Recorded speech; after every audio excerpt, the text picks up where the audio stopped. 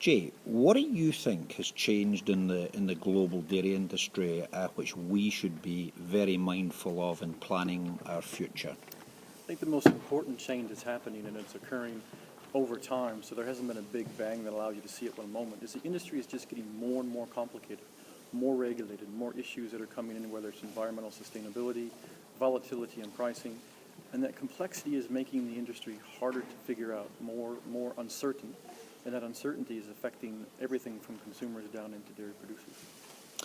And what about nutrition, for example? Is that an issue? Are we managing the nutrition aspect? Are we getting the messages over on that front? I think we've lost some of the core messages in nutrition and milk. We've forgotten about the fact that it is at its heart nature's perfect food.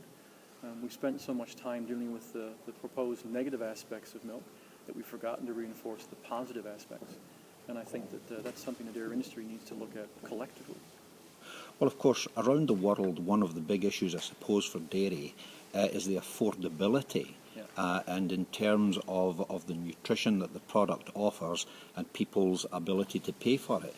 Do you think that there is a chance that dairy could become a high-end protein? Absolutely, and I think it glues your first two questions together. We need to reinforce the holistic value of that glass of milk so consumers actually understand the total value of that.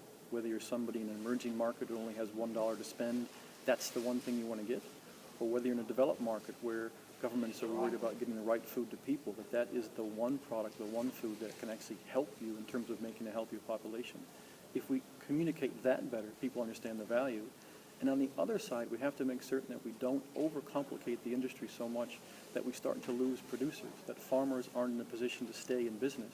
Because if we can't have them producing, growing in a way that actually supports a low enough cost point, all the nutrition in the world won't get to the people who need it because we haven't got an affordable product that actually can be in there as everyday nutrition.